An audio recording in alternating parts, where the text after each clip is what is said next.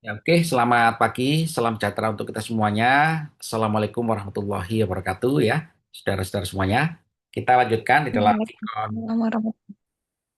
Ya, kita lanjutkan itu penjelasan materi dalam bisnis intelijen ini ya, di mana minggu kemarin karena saya ada gangguan agenda ya, sehingga Anda saya berikan tugas baca dari buku yang saya berikan kepada Anda. Dan saya harapkan Anda sudah bisa membuat resume gitu mengenai bab 1 sampai bab 3 ya, resume. Ya, nanti itu Anda terus perdalam. Nah, kita lanjutkan untuk membahas di bab 4 ya. Nah, saudara-saudara, di dalam bisnis intelijen ya, pekerjaan utama orang-orang computer science itu yang paling sulit ini adalah membuat satu model ya. Model matematis ya, di mana model itu adalah gambaran cara kerja dari suatu sistem ya. Jadi model matematis ini merupakan pekerjaan utama yang harus dibuat dulu oleh perancang bisnis intelijen ya. Karena dari situ nanti kita bisa menurunkan menjadi suatu algoritma, menjadi suatu sistem ya yang nanti bekerja berdasarkan model matematis yang sudah dirancang. Nah, model matematis ini menggambarkan cara kerja sistem bisnis ya utamanya ya. Jadi sistem bisnis itu luas ya. Katakanlah sistem bisnis penjualan. Nah, penjualan itu kita harus bikin modelnya ya, bikin model hubungannya. Sehingga nanti dari model itu jika ada data inputan yang terdefinisikan, maka dia akan terproses sesuai dengan model matematis yang sudah dirancang ya. Sehingga berlakulah mekanisme input proses output di mana proses itu merupakan bentuk daripada model matematis cara kerja suatu sistem bisnis. Nah, gitu ya. Jadi sistem bisnis itu harus kita gambarkan menjadi rumusan model matematis ya. Nah, model matematis ini banyak sekali ya pendekatan yang digunakan ya mulai tentu kalau kita bicara model matematika atau model matematis itu memang formula ya, formula atau rumus gitu ya yang itu menggambarkan cara kerja satu sistem. Nah, karena ini adalah gambaran secara matematis, maka ini bisa digunakan untuk berbagai macam, mulai dari ilmu teknik, ilmu ekonomi, ya, bahkan juga mungkin ya ilmu sosial gitu ya, tentu dengan parameter-parameter yang lebih luas ya daripada sekadar ilmu-ilmu mekanik ya seperti arsitek, engineering, ekonomik seperti itu. Nah, bisnis itu juga sama. Bisnis itu Anda misalkan memahami bisnis adalah misalkan penjualan ya. Penjualan itu kan bisa kita pahami di situ ada suatu proses ya kan katakanlah distribusi barang ya. Nah, distribusi barang yang terukur secara waktu itu kan bisa kita gambarkan menjadi suatu model matematik ya. Entah itu nanti model matematik linier atau juga model matematik kuadratik atau juga nonlinier gitu kan. Itu bisa kita gambarkan. Sehingga dari situ nanti kita punya suatu gambaran bagaimana menyajikan data tadi itu ya kan sesuai dengan model matematis yang kita peroleh atau kita hasilkan seperti itu ya. Nah, saudara-saudara, model matematik itu sangat penting ya. Ini pekerjaan paling sulit ya, Pak, ya di semua bidang ilmu gitu kan, karena kita diminta untuk menggambarkan cara kerja suatu sistem ya. Ini adalah gambaran antara real world system dengan sistem yang terideal, sistem yang sangat ideal tentu dengan adanya asumsi ya. Jadi model matematis itu berusaha untuk mendekati real world system ini ya. Walaupun tidak akan mungkin ya. Real world system ini saudara-saudara gitu ya. Itu eh, harus kita dekati dengan yang namanya asumsi-asumsi ya. Sistem itu ternyata tidak bekerja itu secara ideal ya. Tidak ideal sehingga nanti kita bisa mengetahui kan gambaran output yang akan dihasilkan atau gambaran luar yang akan dihasilkan. Nah, tentu ini adalah pekerjaan berat ya, pekerjaan berat di semua bidang ilmu ya. Tanpa terkecuali juga kita ilmu computer science ya yang berusaha untuk menghasilkan itu informasi yang betul-betul akurat ya. Sebagai contoh, real world system ini, saudara-saudara, ini bisa kita gambarkan gitu kan. Misalkan Anda semua sering menyimak ya tentang itu perang di Timur Tengah, saudara-saudara. Halo, ada yang Iya, Pak. sering menyimak ya antara Israel dengan Iran ya. Ada yang suka apa Iya, itu? Suka menyimak. saya nyimak, Pak. Nah, oke ya. Coba Anda lihat itu perancang perancang rudal balistiknya itu kan. Perancang rudal balistiknya itu berusaha sepresisi mungkin menargetkan suatu objek. Nah, itu adalah salah satu contoh bagaimana model matematis bekerja. Ya, rudal trayektorinya ya kan, lintasannya itu dirancang gitu kan sesuai dengan apa itu koordinat yang akan ditargetkan. Tapi pasti banyak juga yang ada yang tepat sasaran, ada yang tidak tepat sasaran. Nah, itu adalah salah satu contoh model matematis ya, mulai dari itu sistem yang disematkan di dalam rudal balistik ini ya. Nah, itu kenapa? Karena real world sistemnya memang sulit, ya. Kita tahu bahwa real world sistemnya itu sangat-sangat sulit, ya kan? Karena untuk merancang rudal itu tepat sasaran, gitu ya, saudara-saudara, itu nggak mudah, emang, ya. Karena di situ ada faktor perubahan kecepatan angin, ada tekanan udara, ada semuanya, itu semua tidak pasti. Sehingga kalau kita menggambarkan trayektorinya gitu kan, rudal-rudalnya antara kedua belah pihak ini gitu kan, ada yang tepat sasaran, ada yang keliru sasaran, ada bahkan juga rudalnya yang tidak bekerja dengan bagus. Itu kenapa? Karena real world sistemnya memang sulit ya untuk didekati. Nah, untuk pendekatan yang kita gunakan tentu adalah dengan membuat satu sistem yang ideal. Nah, sistem yang ideal ini banyak sekali asumsinya. Nah, inilah yang akan menjadi ekstraksi menjadi suatu model matematis, ya. Model matematis misalkan cara kerja rudal balistik, ya kan, yang itu hypersonic misal, ya. Udah kecepatannya tinggi, ya. Kemudian rudal ini mengarah pada suatu koordinat yang itu, ya kan, dijaga trayektorinya, ya, sehingga rudal ini diharapkan tepat sasaran. Tapi pada kenyataannya banyak sekali yang bleset, banyak sekali yang salah arah, ya ada juga yang tepat. Nah ini kalau kita bicara statistikal gitu kan, akhirnya nanti ketemu suatu model matematis cara kerja rudal balistik. Nah kita sudah cari ya, paham ya? Jadi maksudnya adalah itu tidak mudah ya kan untuk membuat satu model yang cara kerjanya itu secara real gitu kan, itu banyak sekali faktor-faktor yang harus diperhitungkan. Banyak sekali itu berapa, Pak? Ya, kan, Pak Uju, ya kan? Banyak sekali itu artinya unlimited, ya.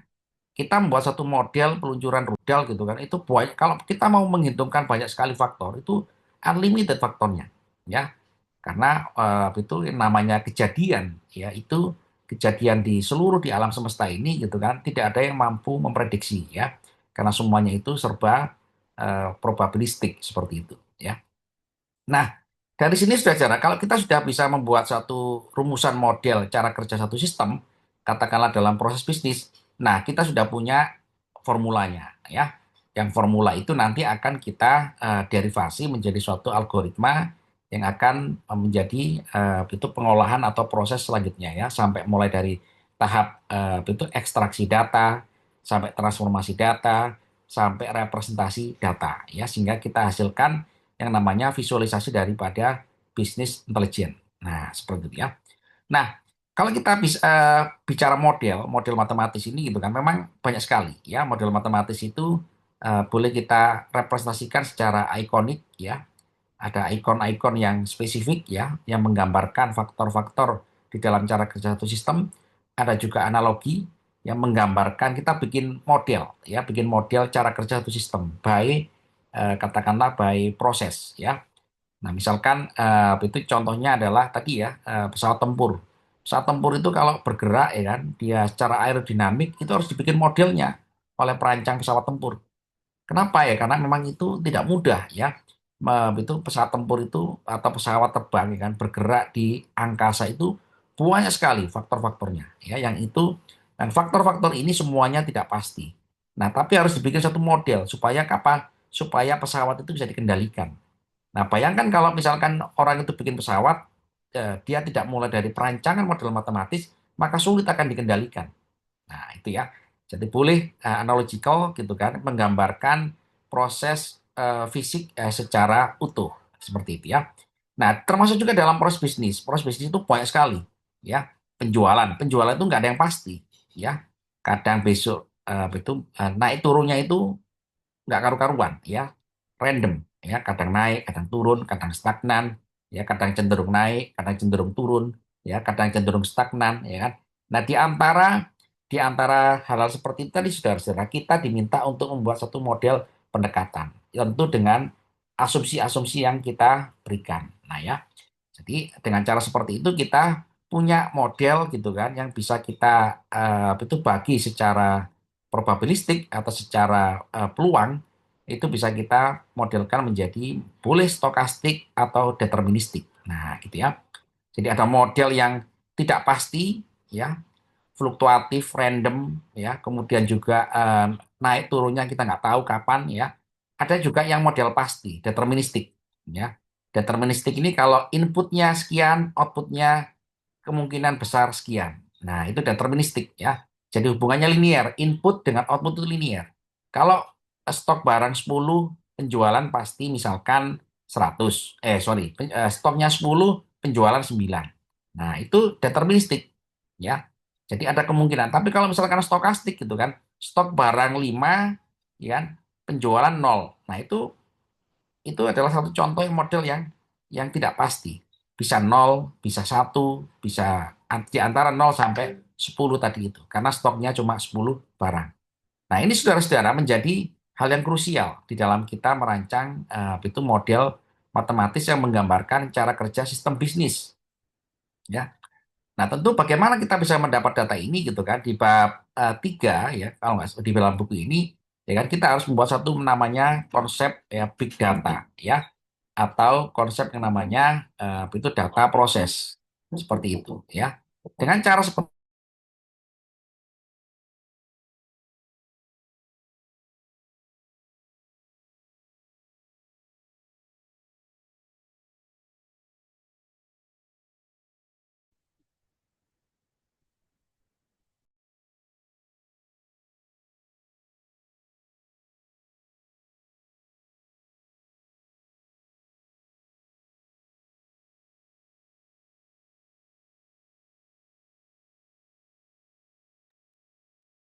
ya. Nah, bagaimana kita bisa mengklasifikasi bahwa suatu proses itu stokastik atau deterministik? Maka kita harus punya data yang disajikan dalam bentuk tren ya. Tren secara waktu tentunya ya. Jadi data dalam bentuk waktu itu kita sajikan secara secara time series ya, dalam durasi waktu yang cukup panjang. Misalkan data penjualan selama 5 tahun terakhir.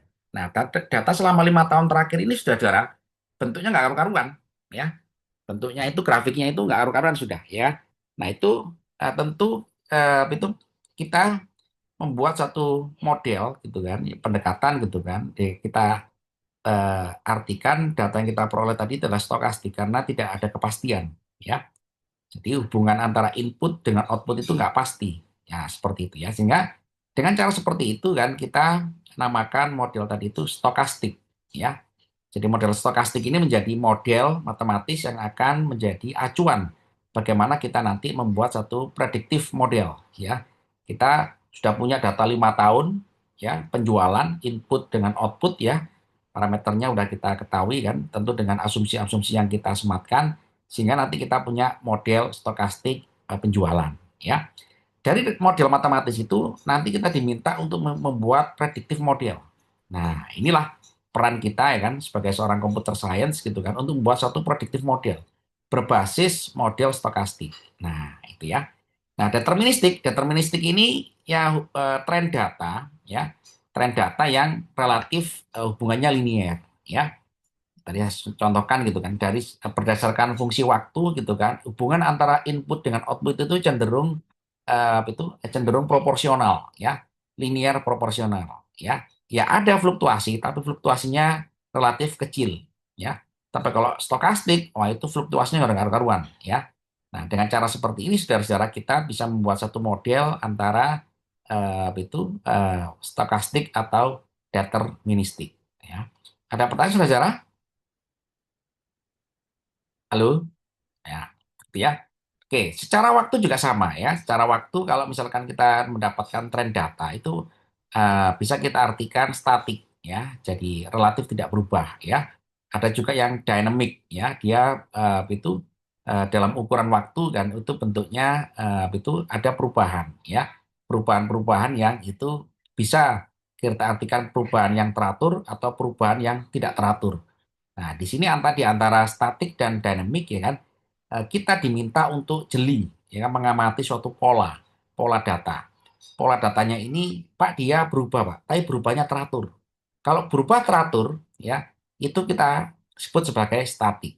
Tapi kalau perubahannya tidak teratur, nah itu kita sebut sebagai dynamic. Nah, ini sebagai contoh adalah discrete time dynamic model, ya, atau juga continuous time dynamic model, ya. Jadi data itu harus kita lihat, ya, harus kita amati, karena disitulah Anda diminta untuk sangat-sangat analitik dan sangat jeli untuk melihat satu pola data, ya. Halo, saudara. Halo, Iya, Pak. Iya, Pak. ya. Halo, Pak. Ilmu BI ini menarik, ya, menarik sekali karena ilmu BI ini, ya kan, nanti kita terjemahkan secara komputasi gitu kan, itu tentu dengan memahami suatu ini ya, disiplin ilmu yang lain yang kita butuhkan, ya kan. Nah ini, ya, model matematis, ya. Jadi nanti kalau Anda membuat tugas akhir, membuat konsep Power BI, kan, nomor satu itu pahami dulu cara kerja suatu sistem, ya. Dan secara kerja satu sistem itu memang sulit, ya Pak. Ya kan kita harus belajar bisnis, Pak. Iya, itu masalahnya, ya. Nah, sebagai contoh tadi kan orang yang merancang merancang rudal balistik, ya, merancang pesawat tempur, dia harus bisa memodelkan aerodinamika daripada kedua objek ini, ya, pesawat tempur ataupun juga rudal. Kenapa? Karena ternyata rudal ini kan bergerak secara aerodinamik, ya.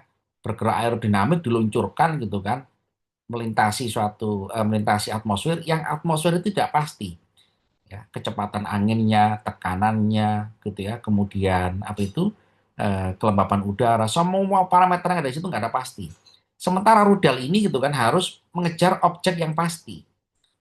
Nah itu kan berarti nggak mudah, nggak, ya, dan sangat sulit, ya, sehingga itu secanggih apapun gitu kan, yang kita lihat ya di dalam berita-berita, ya kan, itu eh, yang kita lihat ya di dalam pemberitaan-pemberitaan, ya kan, kalau kita itu analisa secara saintifik atau ilmiah gitu ya, memang ya kan, ini kedua-duanya sangat canggih, ya, perkembangan ilmu yang dilibatkan di dalam peperangan mereka ini sangat canggih dan sangat bagus sekali dan memang tidak mudah, ya. Nah, saudara-saudara, dari mana kita development model proses bisnis gitu ya? Tentu kita pahami dulu, ya. Ini proses bisnis apa? Ya, proses bisnis itu banyak sekali ya, penjualan, marketing, produksi gitu kan ya. Kemudian juga itu proses bisnis katakanlah tata kelola, ya. Banyak sekali yang harus kita perhatikan. Nah, dari situ kita merumuskan kalau sudah memahami yang namanya proses bisnisnya, tentu kita munculkan problem identification, ya. Jadi problem identification ini menganggap itu merupakan ketimpangan di dalam cara kerja satu sistem. Ya, jadi contohnya adalah misalkan data penjualan, ya, yang kita peroleh selama 5 tahun. Ya, data penjualannya adalah ternyata apa ini polanya? Pak, polanya ini apakah deterministik, apakah stokastik, ya kan? Kemudian bentuk-bentuk perubahannya itu apakah statik ataukah dynamic. Nah, ini sudah mengarah kepada problem identification. Sehingga nanti kita bisa mudah membuat satu model formulasinya. Ya, boleh model formulasi, boleh pendekatan linier, gitu ya, boleh pendekatan kuadratik, boleh nonlinier, ya kan, boleh pendekatan yang lain. Sehingga model formulasi ini kita peroleh. Kita memperoleh rumus hubungan antara input dengan output dalam proses penjualan selama 5 tahun terakhir. Nah, dari situ ya, dari situ kita itu model ini kita uji, ya. Tentu kita uji gitu kan. Nanti kita uji apakah betul, ya, model ini itu menggambarkan cara kerja satu sistem. Ya, contohnya adalah input kita dapat dari 5 tahun terakhir itu. 5 tahun input ini kita masukkan ke dalam model kita. Ternyata outputnya relatif tidak hampir sama dengan output yang kita peroleh selama 5 tahun terakhir itu dalam kasus penjualan. Nah, berarti model ini fix, ya. Model ini kita uji dengan berbagai macam input, ternyata outputnya hampir sama dengan data yang kita peroleh penjualan selama 5 tahun terakhir. Nah, berarti kita sudah punya model formulasi yang menggambarkan cara kerja penjualan atau proses penjualan selama 5 tahun terakhir itu. Nah, dari sinilah saudara kita develop algoritma, ya. Develop algoritma gitu kan, yang itu menggambarkan cara kerja daripada proses penjualan, input dengan output selama 5 tahun terakhir. Nah, berarti kita sudah punya model matematis, ya. Model matematika yang sudah kita punya, dan kita sudah bisa mengujinya dengan inputan-inputan. Nah, gitu ya. Halo, saudara-saudara. Halo. Iya, Pak. Nah, gitu ya. Jadi di sini ya kan model itu harus diuji. Karena model itu menjadi landasan bagi kita untuk menyajikan.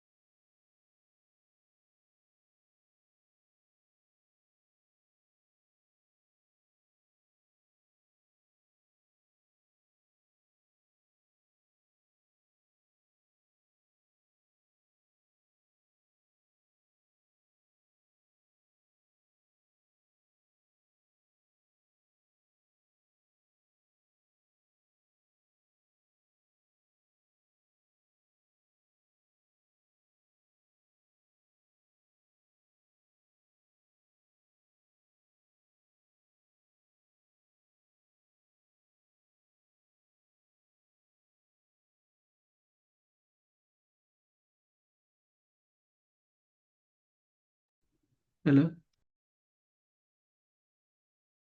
Halo Pak, suaranya maaf tidak terdengar.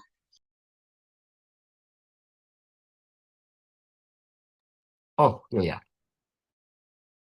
Nah, BI ini saudara-saudara, eh, yang kita lihat ya, yang kita lihat di dalam software-software yang disediakan oleh vendor-vendor secara internasional, itu memang sangat bagus di dalam menyajikan data. Kalau representasi data itu dengan software yang ada saat ini memang powerful ya, sangat powerful. Tapi dia gitu kan, kelemahannya daripada software-software ini gitu kan, belum sampai di level model matematis. Ya, saya pernah cek ya dengan Tableau, Power BI, itu memang dia bagus untuk mengolah data, representasi data. Tapi untuk membuat satu model, cara kerja satu sistem itu belum. Ya, nah, karena itu maka ini saya perlu jelaskan kepada Anda gitu kan. Memang tidak mudah membuat model matematis itu gitu kan. Itu programmer seluruh dunia gitu kan berkumpul jadi satu kan. Buat model itu belum tentu semuanya benar ya. Tapi kita diminta dari sini ya. Jadi Power BI ini kalau masalah mengolah data ya, clustering data gitu ya, kemudian menyajikan data itu Power BI nggak ada masalah ya. Atau katakanlah software-software yang lain. Tapi kalau sudah menyentuh ke ini gitu ya, menyentuh kepada model matematis yang presisi yang menggambarkan cara kerja satu sistem bisnis, itu kelimpungan ya. Semua orang pasti kelimpungan. Tapi kita diminta ya, inilah karena jantung daripada itu bisnis intelligence itu kan menemukan yang namanya model matematis tadi itu. Nah, ya. Setelah model matematis itu kita dapatkan, kita peroleh ya, tentu dengan berbagai macam konsekuensi ya. Model ini apakah akurat, tidak akurat ya kan. Nah, itu tetap kita uji ya dengan kriteria ya. Kriteria ya kan tentu terkait dengan proses bisnis yang ada di situ ya. Jadi itu harus kita uji kan supaya model tadi itu bisa kita sepakati, bisa kita agree ya, bisa kita terima bahwa ini adalah model matematis yang cukup akurat menggambarkan proses bisnis ya. Tentu di situ ada variabel, ada numerical parameter, ada hubungan matematis. Nah, itu semuanya sudah kita peroleh ya gitu ya. Nah, Pak, sekarang kan era AI. Apakah itu diperlukan model matematis itu? Ya, AI gitu saudara-saudara ya. Dia memang itu bisa bisa kita gunakan untuk melompati daripada model matematis. Tapi AI ini nggak akan bisa bekerja kalau dia tidak punya suatu rumusan, suatu model. Justru AI itu akan semakin akurat ya di dalam dia membuat suatu analisa atau prediksi kalau dia berbasis kepada model matematis. Lebih cepat ya kan? Kalau misalkan AI kan, Anda tanya ya, AI misalkan disuruh memprediksi penjualan saham trading, ya kan? Dia mau cara kerja AI juga sama, dia akan mencari polanya dulu. Ya, AI itu mencari polanya dulu. Nah, polanya dari mana? Tentu dari model matematis. Jadi AI ini tidak semata-mata kita asumsikan dia bekerja secara random langsung menghasilkan keputusan. Tidak. AI itu tetap berbasis kepada pendekatan suatu pola. yang pola itu gitu kan mau nggak mau gitu kan harus punya satu model. Nah, balik lagi ke model matematis tadi itu, ya. Oke, dari situ saudara-saudara kita bisa develop algoritma turunan ya.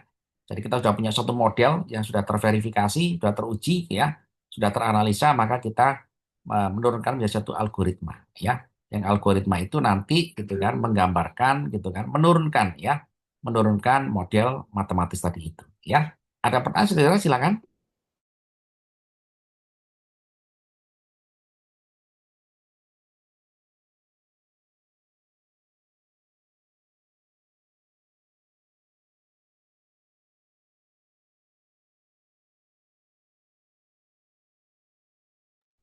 Dari saya belum ada sih.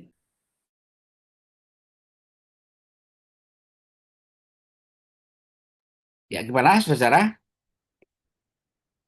Halo, kita lanjutkan ya. Ya, ya lanjut Sudah Mas. terdengar. Oke, ya, oke. Ya. Nah, saudara-saudara, model itu kan ada berbagai macam jenis ya. Model prediktif ya, model apa itu estimasi ya. Ada juga model pengenalan pola, ya, pattern recognition dan learning model ya. Seharusnya pattern recognition ini bisa ya dengan learning model ya. Tapi nggak apa-apa ini dijadikan satu ya. Kemudian ada juga model optimisasi ya. Ada itu project management model, ada risk analysis model kan, ada waiting line model ya. Jadi jenis-jenis model dalam itu dalam BI, business intelligence ya kan, ini yang paling apa itu kurang lebih ya sudah melingkupi semuanya ya.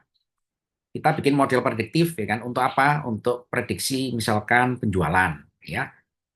Kemudian juga model katakanlah marketing. Nah, itu juga sama ya.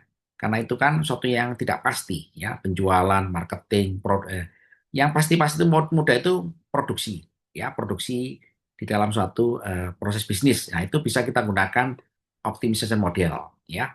Jadi misalkan itu pabrik ya, pabrik roti ya, pabrik roti itu satu hari, satu tahun berapa yang bisa diproduksi.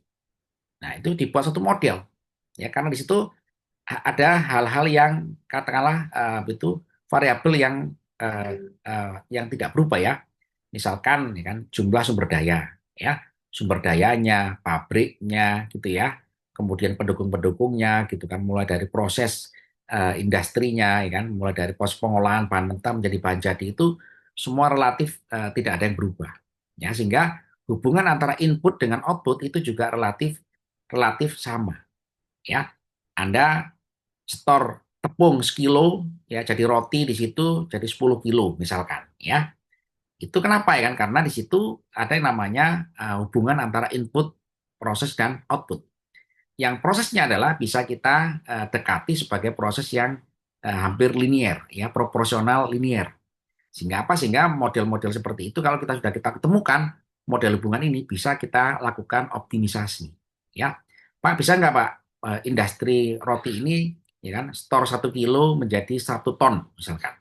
Ya, berarti kan di situ tambah air ya optimisasi itu tambah misalkan ya pabrik roti ya tambah air tambah tepung jagung tambah apa. Nah itu contoh daripada kita di dalam BI gitu kan membuat satu model optimisasi ya.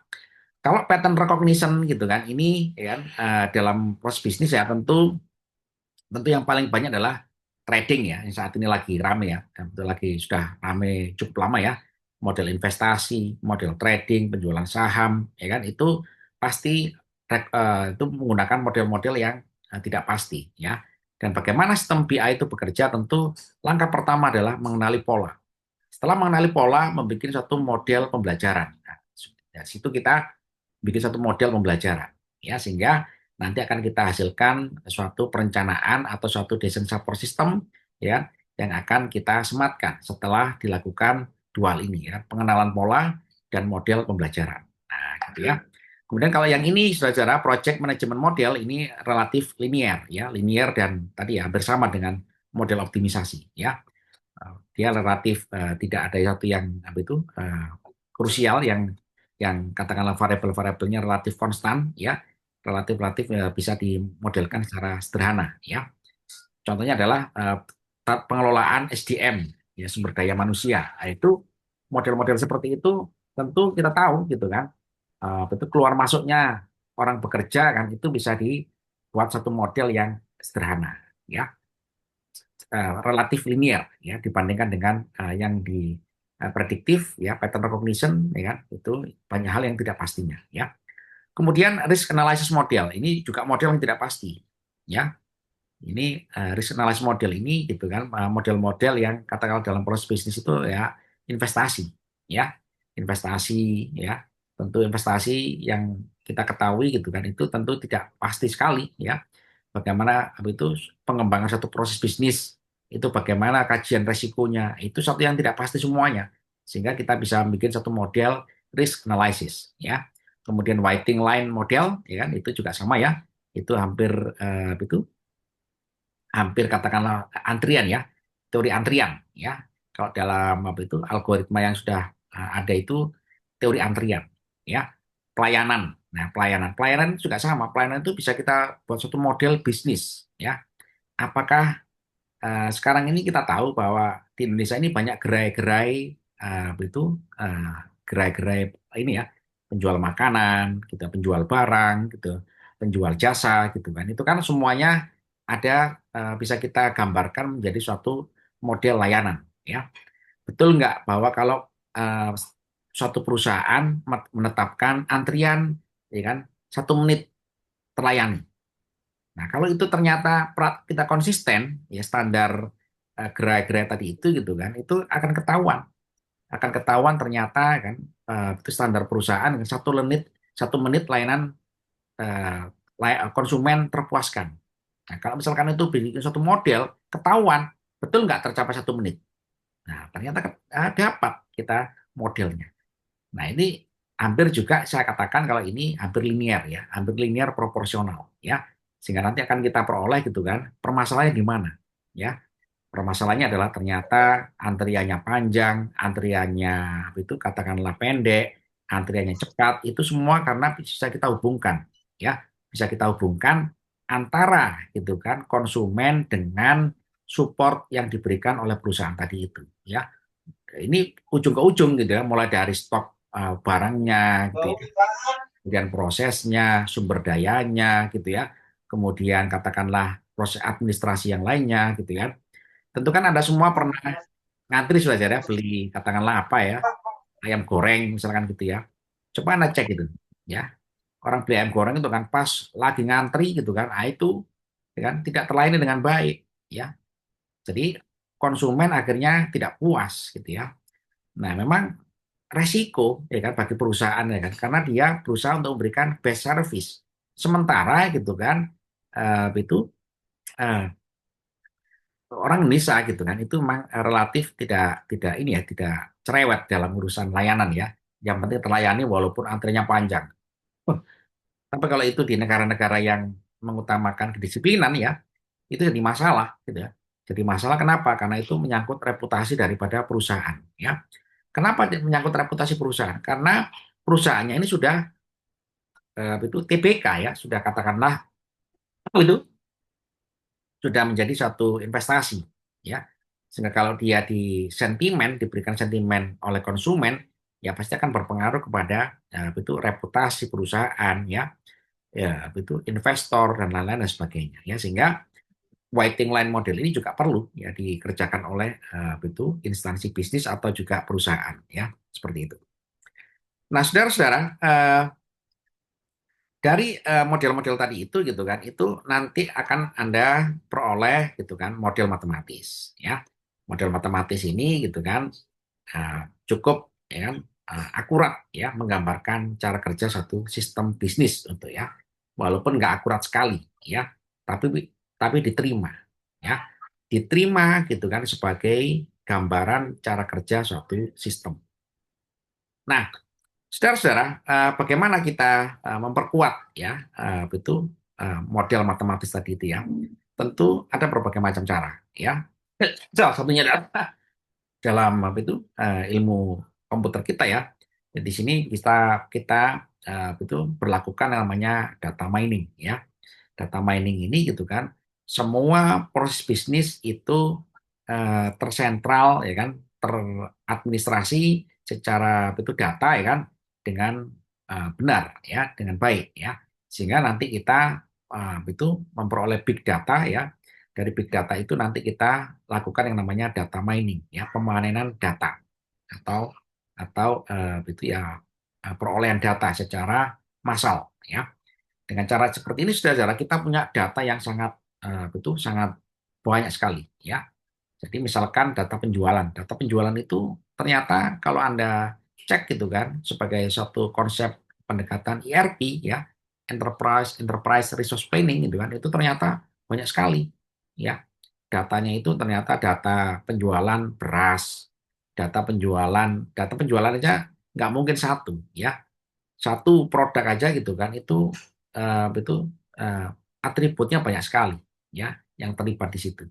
Karena itu ngeling dengan katakanlah supply engine, dengan inventory stock ya, dengan marketing, dengan katakanlah yang lain-lain ya, yang itu perancang data ini harus betul-betul memperhatikan seluruh proses dengan cermat ya. Jangan sampai itu tidak ada yang ketinggalan seperti itu ya. Nah, dari sinilah saudara kita itu dari big data tadi ya, semua data inputan itu sudah kita peroleh, maka kita bisa melakukan yang namanya proses data mining, knowledge discovery, pattern recognition, dan machine learning ya. Jadi ini sebagai satu proses gitu kan yang nanti melengkapi model matematis yang akan kita perkuat ya dengan itu mekanisme yang seperti tadi itu ya. Nah, saudara-saudara, dari situ gitu kan, maka kita gitu kan bisa punya gambaran yang utuh ya, gambaran utuh gitu kan, model ya, dan itu eh, model matematis dan katakanlah data mining ya. Dari situlah nanti Anda bisa membuat satu model gitu kan, apakah ini regresi ya, hubungan linear regresi ya, boleh katakanlah hubungan kuadratik ya, boleh katakanlah hubungan hubungan katakanlah itu nonlinear ya, boleh katakanlah hubungan yang naik turun, nah itu boleh ya. Nah dari sini saudara-saudara Anda sudah punya kelengkapan lagi kan secara matematika ya, adalah pendekatan secara statistik. Nah ini ya. Jadi dengan data mining, statistik ya ditambah dengan OLAP ya, online analytical processing ya, itu Anda sudah punya suatu model yang sangat sangat lengkap ya, sangat lengkap sekali gitu kan. Nah, sebagai suatu gambaran gitu kan, cara kerja proses bisnis yang sedang Anda rancang untuk diolah dan divisualisasikan, bahkan juga sampai nanti dihasilkan suatu eh, betul DSS ya, Decision Support System. Ya. Halo, saudara-saudara, ada pertanyaan? Halo, halo, Belum ada, Pak.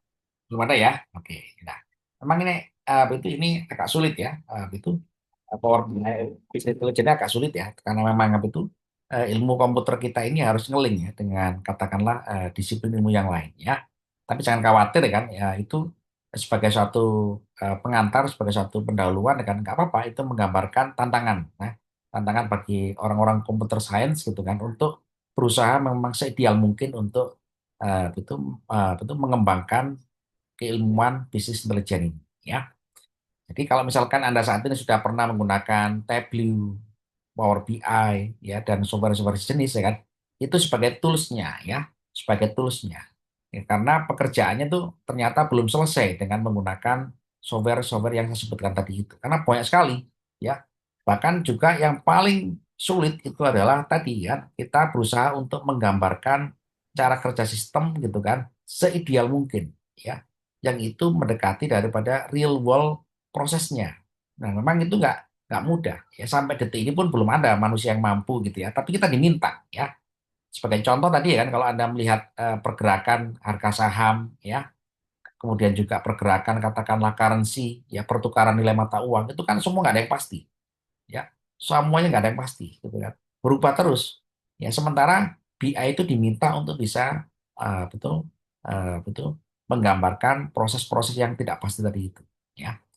Nggak apa-apa ya kan, ini memang sulit ya, sulit. Tapi kita diminta untuk memahaminya dari dasar ya, seperti itu. Oke, saudara-saudara. dengan cara seperti itu, saudara-saudara, kita sudah menggunakan data mining ya. Kita nanti bisa mengetahui gitu kan relasi-relasi atau hubungan-hubungan di dalam proses bisnis ya.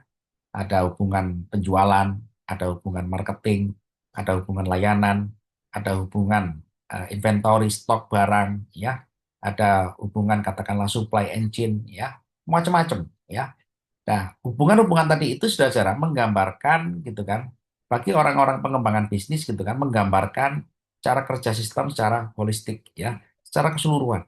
Sehingga nanti Anda mengetahui, sebagai contoh gitu kan, eh, direktur suatu perusahaan gitu kan, kepingin mengetahui gitu kan, bagaimana kualitas layanan kita ini sebagai perusahaan. Itu kelimpungan, karena nggak ada datanya ya, nggak ada datanya ya, dan datanya juga nggak nyambung satu sama lain ya kan. Pak, kita dapat survei Pak, survei betul layanan layanan mengenai produk kita atau servis kita. Nah, layanan itu saudara-saudara itu hanya menjadi menjadi bahan evaluasi untuk manajemen, tapi kurang disajikan secara holistik. Layanan kita ini tidak bagus. Kenapa tidak bagus? Karena data pendukungnya kurang. Di situ juga ada nggak ada hubungan tidak dihubungkan dengan katakanlah jumlah sumber daya, tidak dihubungkan dengan faktor-faktor pendukung, tidak dihubungkan dengan katakanlah inventory stock, sehingga feedback ya, umpan balik daripada konsumen itu hanya menggambarkan tentang satu proses, tapi tidak mencerminkan daripada semua proses gitu ya. Sehingga kan sering itu kan kalau kita beli apa gitu kan, Pak, habis Pak stoknya Pak. Nah, kenapa kok terjadi seperti itu? Ya, ya karena perusahaan tadi itu tidak memikirkan sedetilnya. Ya, jadi perusahaan-perusahaan kita ini kan cenderung dia itu menjadi raja, ya, bukan malah konsumen yang menjadi raja. Ya, kalau konsumen menjadi raja itu gitu kan, stok itu tercepat teratasi ya. Stok itu begitu stok tipis langsung disuplai gitu kan. Begitu katakanlah stoknya cenderung meningkat, dia dialihkan ke unit yang lain. Nah, gitu ya, itu berjalan sirkulasi seperti itu. Kenapa? Karena model matematisnya sudah ditemukan. Hubungan-hubungan antara di satu proses bisnis itu sudah ditemukan semuanya, ya. Sehingga itu direktur satu perusahaan ya kan, dia bisa melihat performansi ya, katakanlah layanan konsumen itu dapat gambaran yang sangat utuh sekali ya. Jadi itu contoh daripada proses bisnis ya kan di era transformasi digital gitu kan yang sukses ya menerapkan yang namanya bisnis intelijen ya. Jadi BI ini saudara tidak hanya semata-mata menyajikan data ya, mengolah data, menyajikan data itu tidak ya. Tapi dia sampai di level gitu ya bisa menghasilkan suatu rekomendasi yang analitik gitu kan, yang itu dapat mengimprove kinerja dari perusahaan tadi itu ya. Oke, fraud detection, nah itu apa lagi ya? Bisa mendeteksi katakanlah itu ini ya, eh, fraud detection ini misalkan ya kan penipuan administrasi keuangan ya, bisa mendeteksi katakanlah eh, kecurangan ya, bisa mendeteksi katakanlah ilegal ilegal activity gitu ya, yang itu sangat penting sekali ya. Jadi misalkan ya kan itu perusahaan-perusahaan internasional gitu saudara-saudara itu kan katakanlah kartu kredit ya. Kartu kredit itu kan misalkan pusatnya di Amerika sana ya. Penggunanya di seluruh dunia ya. Bagaimana eh, atau headquarter atau manajemen daripada kartu kredit ini bahwa fasilitas kredit card ini digunakan dengan benar. Kan nggak mungkin dia datang ke semua negara. Nah, dia harus punya satu sistem yang mampu mendeteksi adanya fraud detection ini ya. Dan itulah gunanya bisnis intelijen ya. Jadi bisnis intelijen itu sampai mampu gitu kan mendeteksi katakanlah illegal activity ya dari konsumen ya, dari katakanlah unit-unit bisnis yang lain ya. Bahkan juga sampai risk evaluation ya, sampai evaluasi risiko ya. Nah, gitu ya. Kalau yang text mining, image recognition, saya pikir ini sudah umum ya. Bagaimana itu kita menggunakan itu model-model seperti ini gitu kan untuk katakanlah mengimprove kinerja suatu perusahaan ya. Oke, saudara, ada pertanyaan? Halo? Halo? Belum ada, Pak. Oke ya. Kalau belum ada gitu kan, nanti kita lanjutkan minggu depan ya. Jadi kita perdalam lagi itu business intelligence ini ya. Untuk hari ini saya pikir cukup ya. Nanti saya berikan tugas baca lagi saudara dari buku yang saya berikan ini ya pada Anda ya. Nanti Anda tunggu di Ya, LMS. siap, Pak.